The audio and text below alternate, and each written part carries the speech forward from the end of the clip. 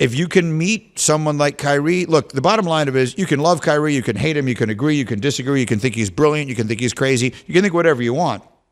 People like him want you to meet them where they are.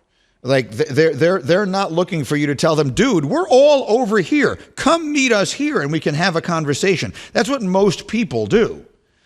If you're willing to meet him where he is, then you might have a better chance of connecting with him in a way that it seems to have. I also think part of this is just emotional maturity. I think Kyrie Irving, sometimes we forget, and I think it's important, especially for me and other people my age.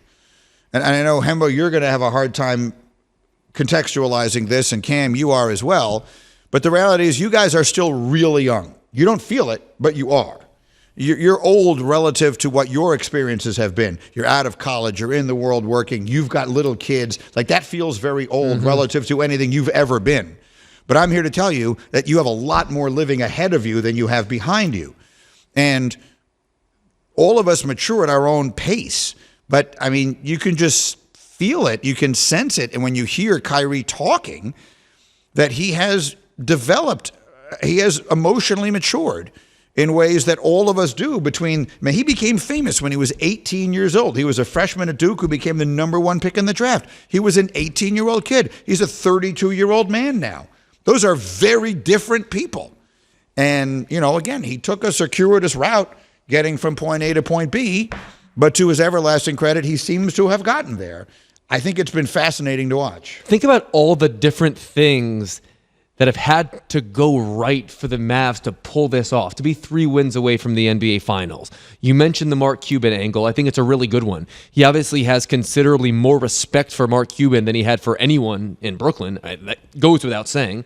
Think about Jason Kidd. Jason Kidd is getting the very, very best out of Kyrie Irving. One of Kidd's contemporaries in the NBA was Steve Nash, who Kyrie Irving considered to be his peer. Like, he said so publicly. Think about Kevin Durant, the person with whom he elected to play with in Brooklyn. Kevin Durant, at no point, from a leadership standpoint, was able to keep Kyrie Irving in between the 20-yard lines. Luka Doncic has absolutely been able to do that, both as a leader, but also his play style. Think about all those different things that had to go right, especially when you consider that the experiment failed last year. In any other context, we would have expected Kyrie Irving to try to sort of work his way out of that situation. He doubled down, and they're now nearly back to the NBA Finals because of it.